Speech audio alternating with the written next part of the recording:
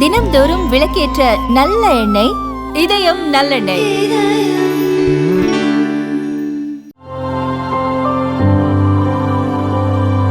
வணக்கம்.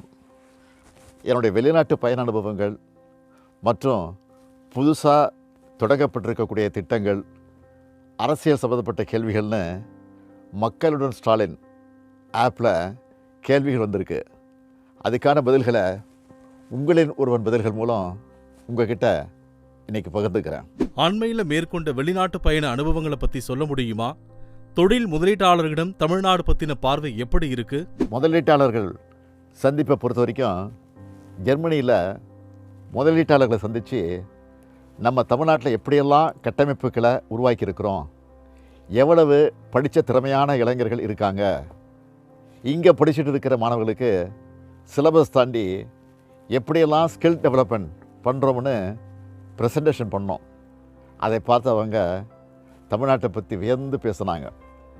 ஜெர்மனி நாட்டில் NRW மாநிலத்தோட தலைமை பொறுப்பில் இருக்க மினிஸ்டர் பிரசிடெண்ட்டை சந்திக்க போனப்போ அவங்க கான்வாயில் என்னை அழைத்து கொடுத்த வரவேற்பிலேயே அவங்க எந்த அளவுக்கு தமிழ்நாட்டு மீது மதிப்பு கொடுக்குறாங்கன்னு தெரிஞ்சுது.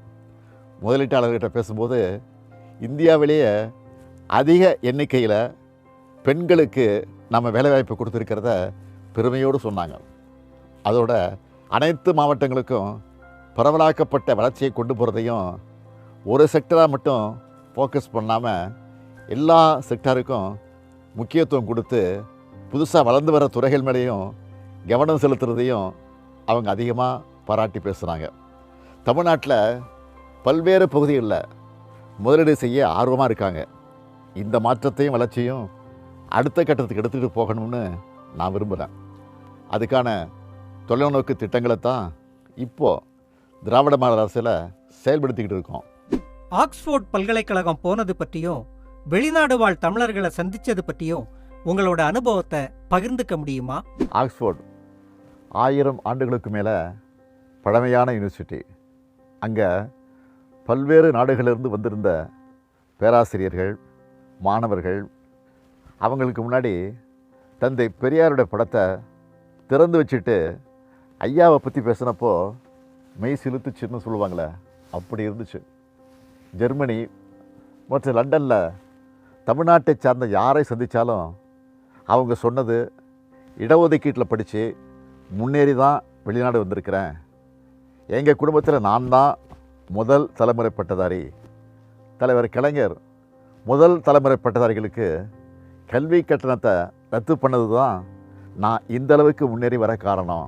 அரசு பள்ளியில் படித்து இப்போ லண்டனில் உயர்கல்வி படிக்கிற மாணவர்கள் நம்ம திராவிட மாடல் அரசு கொண்டு வந்த ஃபுல் ஸ்காலர்ஷிப்போடு இங்கே இருக்கணும்னு சொன்னாங்க. இந்த மாதிரி பல மறக்க முடியாத அனுபவங்கள் கொண்டதாக என்னோடய ஐரோப்பிய பயணம் இருந்துச்சு. நான் இங்கே குறிப்பிட்டு சொல்ல வேண்டியது, அங்கே உள்ள மக்கள் பொது இடங்களில் எந்த அளவுக்கு செல்ஃப் டிசிப்ளினை கடைப்பிடிக்கிறாங்கன்னு கவனித்தேன்.